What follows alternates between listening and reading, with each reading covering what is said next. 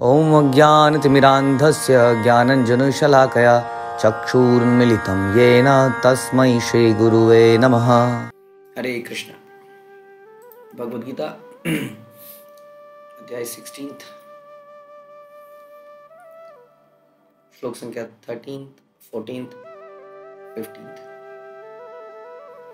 इदं मद्य मया लब्धम् इमं प्राप्स्ये मनोरथम् इदम् अस्ति इदम् अपि मे भविष्यति पुनाधनम् असो मया हता शत्रु हनिष्ये च अपरान्नपि ईश्वरः अहम् अहम् भोगी सिद्धा अहम् बलवान् सुखी आडय अभिजनवान् अस्मि का अन्य अस्ति सदृश मया यज्ञे दास्यामि मोतिष्ये इति अज्ञान विमोहिता। आसुरी व्यक्ति सोचता है कि आज मेरे पास इतना धन है और अपनी योजनाओं से मैं और अधिक धन कमाऊंगा। इस समय मेरे पास इतना है किंतु भविष्य में बढ़कर और अधिक हो जाएगा। वह मेरा शत्रु है और मैंने उसे मार दिया है और मेरे अन्य शत्रु भी मार दिए जाएंगे। मैं सभी वस्तुओं का स्वामी हूं, मैं भोगता हूं, मैं सिद्ध शक्तिमान तथा सुखी हूं, मैं सबसे धनी व्यक्ति हूं और मेरे आसपास मेरे कुलीन संबंधी हैं। कोई अन्य मेरे समान शक्तिमान तथा सुखी नहीं है। मैं यज्ञ करूंगा, दान दूंगा और इस तरह आनंद मनाऊंगा। इस प्रकार ऐसे व्यक्ति अज्ञानवश मोहग्रस्त होते रहते हैं। देखिए, जिस संसार के creator, maintainer, destroyer, everything, originator के ये शब्द हैं, ये शब्द भगवान ने स्वयं बोले हैं और वो बता रहे हैं कि हमारी चेतना कई बार इस प्रकार की हो जाती है। कई सारी चीज़ें इसमें बताई हैं, एक एक करके हम सुनने का प्रयास करेंगे कि कहीं हमारी चेतना में कई बार ऐसा तो नहीं आया था कि आसुरी व्यक्ति सोचता है, आसुरी लोगों के हम गुण देख रहे हैं, अवगुण देख रहे हैं, कि वो सोचता है कि आज मेरे पास इतना धन है और मैं और अधिक योजनाओं में से और धन कमा लूँगा। तो सारे संसार में इस वक्त यही एक रश चल रहा है, बहुत ज़बरदस्त धन कमाने का। आप देखेंगे कितनी वीडियोस इसके ऊपर आ रहे हैं, how to earn money, business कैसे चलाया जाए, ये बिज़नेस कैसे चलाया जाए, वो बिज़नेस कैसे चलाया जाए, नौकरी कैसे बढ़िया की जाए, कोई एग्ज़ाम कैसे क्रैक किए जाए। अब देखते हैं कि पूरी मानवता का रुझान केवल धन कमाने पर है, इसलिए हमारी पढ़ाई लिखाई भी धन कमाने के लिए ही सीमित हो गई है। आजकल की पढ़ाई लिखाई को विद्या कहना ठीक नहीं लगता है ना। विद्या तो बड़ा ही पवित्र शब्द है जो आदमी को सद्बुद्धि देती है, विवेक देती है, सोचने पर मजबूर करती है कि जीवन किस लिए मिला है, उसको हम विद्या कहते हैं। These are all occupational duties को करने के लिए हम लोग कुछ सीख रहे हैं। एवरीथिंग जो भी हम पढ़ रहे हैं उसका मॉनिटरी लिंक है, इसलिए पढ़ाई लिखाई में बड़ी तेज़ी से परिवर्तन भी हो रहे हैं। ऐसे परिवर्तन जिसमें आदमी जल्दी से जल्दी कमाऊ बन जाए। जैसे ही वो पढ़ाई करके निकले एकदम कमाई के लिए रेडी हो जाए, इसलिए उसको ये ट्रेनिंग, वो ट्रेनिंग, ये कोर्स ड्यूरिंग द स्टडी सब कराए। तो यानी कि एक पैसा कमाने की मशीन को तैयार किया जा रहा है। हम बच्चों को हमने पैसा कमाने की मशीन में कन्वर्ट कर दिया है और ये मशीन हमें 20-25 साल बाद पैसा देना शुरू करेगी। ऐसा चारों तरफ एक माहौल है, चाहे बच्चा हो चाहे बूढ़ा हो। ऐसा नहीं कि बूढ़े ऐसा नहीं कर रहे हैं, बूढ़ा हो गया है लेकिन उसका ध्यान अभी भी उसी पर है।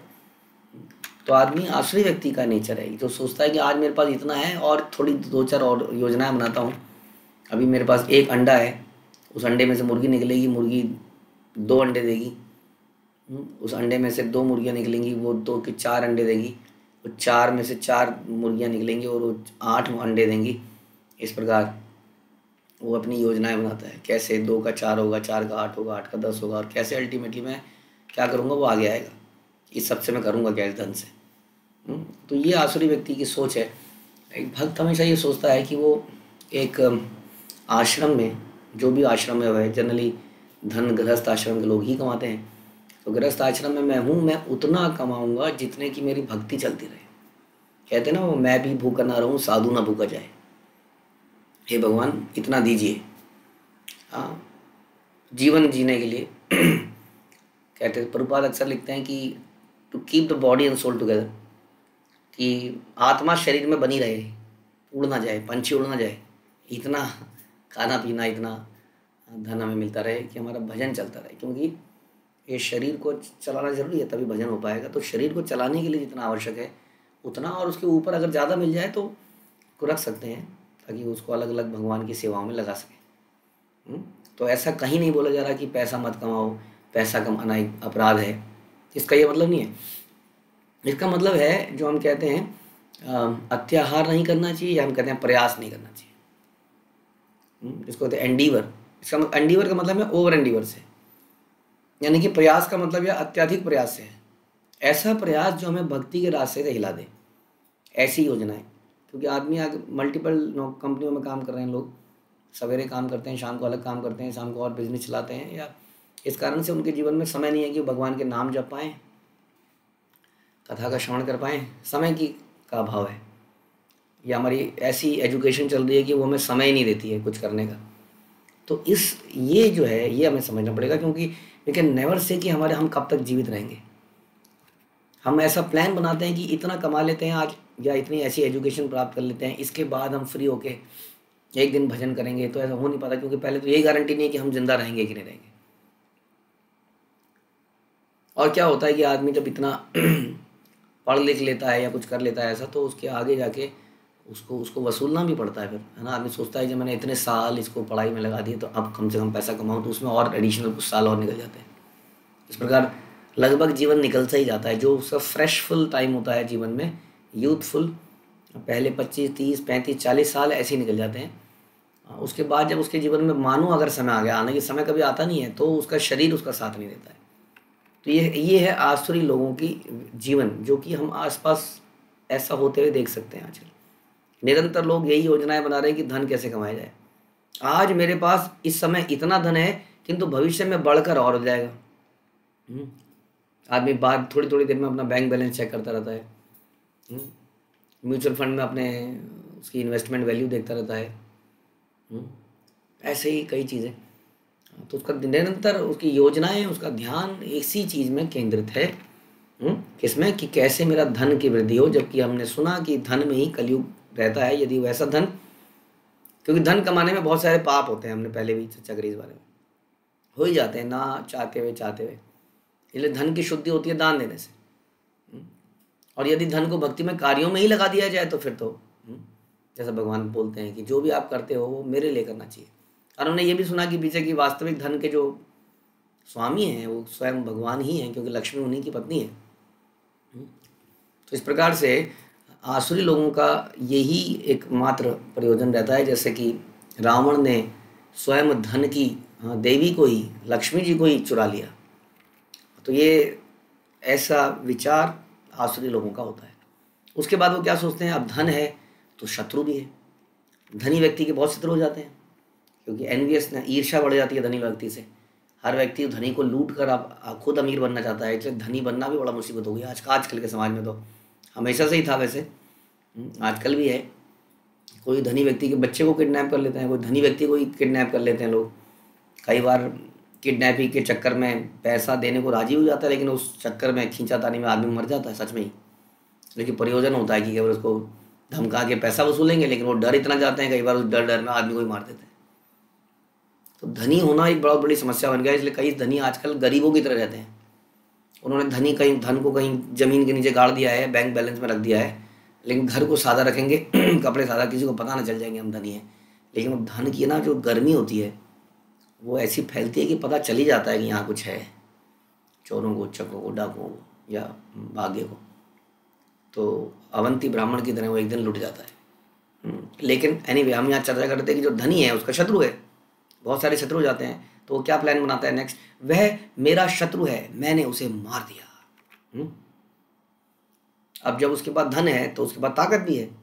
उसके शत्रु होते हैं तो शत्रुओं को मारने का षड्यंत्र करता है। जैसे कई सारे जो बहुत ज़्यादा धनी लोग जाते हैं, उनके बड़े सारे गुंडे बदमाश उनके मित्र बन जाते हैं। मित्र नहीं है वो लोग, उनसे वो मित्र मान रहा है, वो तो उसके पैसे के मित्र हैं वास्तव में। कई सारे अंडरवर्ल्ड के लोगों से इनकी जान पहचान रहती है।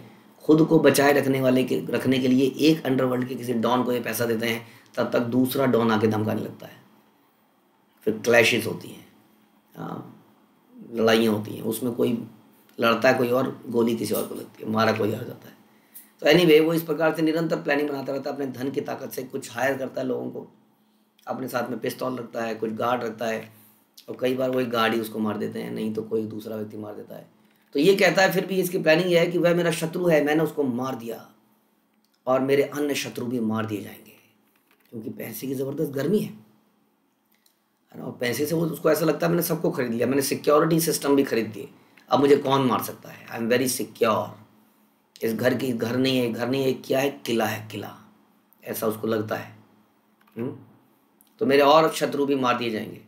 कुछ कुछ लग रहा है कि हाँ आजकल हम ऐसा ही कुछ देखते हैं। मैं सभी वस्तुओं का स्वामी हूँ, ये इसलिए उसने धन कमाया। भगवान कहते हैं कि भोक्ताराम यज्ञ तपस्याम सर्वलोके महेश्वरम। 3 चीज़ें भगवान बोलते हैं। भोक्ता कि मैं ही एंजॉयर हूँ, हाँ, भोक्ताराम यज्ञ तपस्याम, सारे यज्ञों का मालिक स्वामी मैं हूँ, सारे कर्म मेरे लिए करने चाहिए। तीसरा सर्वलोके महेश्वरम, मैं सारे संसार का स्वामी हूँ। ये क्या कहता है, सुनिए, मैं सभी वस्तुओं का स्वामी हूँ, मैं भोक्ता हूँ, मैं सिद्ध शक्तिमान तथा सुखी हूँ। यानी कि स्वयं ईश्वर की पोजीशन को हथियाना चाहता है, इसलिए वो किसी ईश्वर को मानता नहीं, क्योंकि ईश्वर के आगे तो झुकना पड़ेगा, दास बनना पड़ेगा। तो मैं ही सब कुछ, मैं ही भोगता हूँ, मैं ही स्वामी। जो कमाया, ये जो कमाई किसने करी, मैंने करी, इसलिए कमाई को खाएगा कौन, स्वाभाविक है मैं ही खाऊंगा। ऐसा हम सबका मत है, हम सबका ही मत ऐसा है कि यदि हम पैसा कमाते हैं तो उसके लिए उसका जो एंजॉयमेंट कौन करेगा, क्योंकि उसके लिए पसीना किसने बहाया है, मैंने बहाया है, इसलिए उसको एंजॉय किसको करना चाहिए, मुझे करना चाहिए। वास्तव में एंजॉयमेंट नहीं है, ये कंटामिनेशन है। अगर आपने जहर को अर्जित किया है तो इसका मतलब नहीं जहर को हम पिएंगे, क्योंकि वो पी नहीं पाएंगे, हम लोग उसको कंठ में रख नहीं पाएंगे, वो हमें ही नुकसान देगा। इस प्रकार यदि हम उस धन से भोगने का प्रयास करेंगे या अपने परिवार को सुख देने का प्रयास करेंगे, तो हम परिवार का और अपना सत्यानाश कर रहे हैं वास्तव में। ये सच्चाई है। हमें लगता है अजीब सा सुन के कि अब क्या हमने इतना कमाया, अपने परिवार को सुविधाएं भी ना दें क्या। मुझे लगता है कि हम परिवार को कृष्ण भावनामृत दें और कुछ ना दें।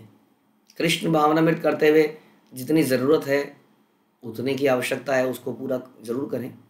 हाँ, कृष्ण भावनामृत में भी धन का खर्चा होता ही है। उसके लिए किसी हमारे सीनियर वैष्णव से सलाह लें कि जीवन में हम कैसे जीवन को चलाएं, कैसे जीवन को बैलेंस करें, आखिर हम कितना कमाएं ताकि हमारी कृष्ण भावनामृत एक्टिविटीज चलती रहें। और इस प्रकार से जीवन में प्रभु जी अभी बहुत कष्ट हैं, कई बार कुछ कष्ट होते हैं कईयों के जीवन में जिस कारण वो भक्ति नहीं कर पा रहे होते हैं, तो क्या उनको नहीं कमाना चाहिए। तो ये तो सब्जेक्टिव है, इंडिविजुअल क्वेश्चन है। हर व्यक्ति की जीवन शैली बड़ी डिफरेंट है, अलग अलग परिस्थितियाँ हैं, उसके हिसाब से गाइड किया जाएगा। बस हाई लेवल प्रिंसिपल ये है कि धन के लिए नहीं जीते हम लोग भक्ति के लिए जीते हैं। और भक्ति करते हुए हमें कोई धन की प्राप्ति जरूर होती है। हम सुनते हैं ना, धर्म से धन आता है, लेकिन धन से लोग इंद्रिय तृप्ति करते हैं और सुखी रहने का प्रयास करते हैं।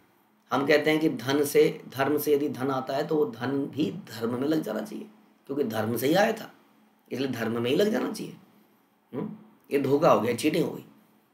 हाँ, हमने भगवान की भक्ति करी, भगवान ने हमें धन दिया, अच्छा ही मेरा आदमी लगता है, इसको धन दे देता हूँ, ये भगवान ये लोगों का हित करेगा, भक्ति करेगा, भक्ति करवाएगा।